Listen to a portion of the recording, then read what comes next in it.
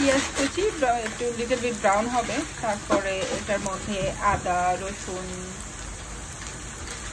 হলুদ গুঁড়া, মরিচ গুঁড়া, ধনিয়া গুঁড়া সব একসাথে দিয়ে দেওয়া হবে। সামান্য করে পানি দেওয়া হচ্ছে মশলা কষানোর জন্য। এটার মধ্যে আছে আদা পেস্ট, রসুন পেস্ট, এখন দেওয়া হচ্ছে হলুদ পাউডার, অল মশলা হচ্ছে 1 টিস্পুনের 1 ফুল স্পুন এবং 1/2 স্পুন।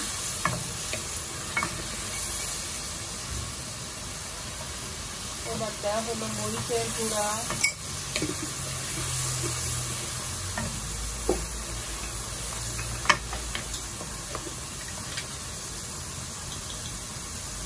জিরা গুঁড়া, ধনিয়া গুঁড়া,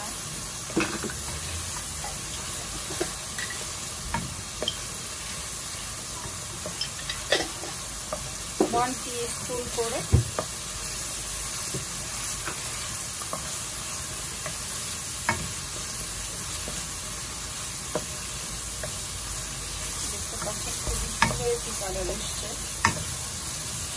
আরো কিছুটা পানি দিয়ে দেওয়া হবে মশলা ভালো মতো কষিয়ে নেওয়ার জন্য।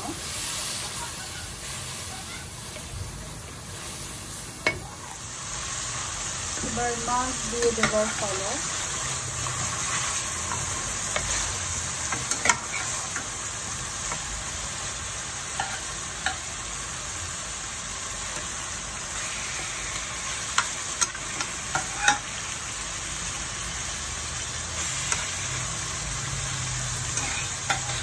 প্রথমে একটু নেড়ে নিব, কারণ মাছ সিদ্ধ হয়ে গেলে নাড়লে ভেঙে যায়।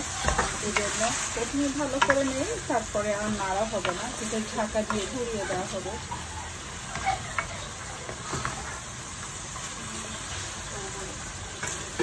এখন দিয়ে দেওয়া হচ্ছে লবণ,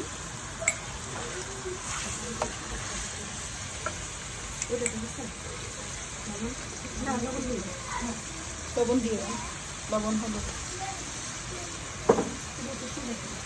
গরম।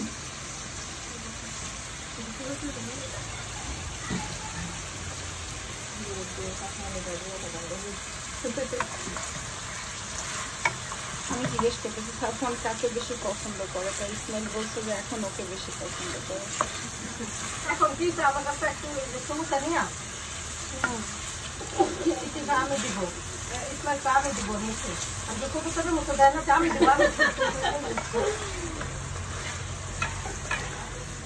আরো কিছুটা পানি দিয়ে দেওয়া হলো মাছ ভালো মতো কষিয়ে নেওয়ার জন্য।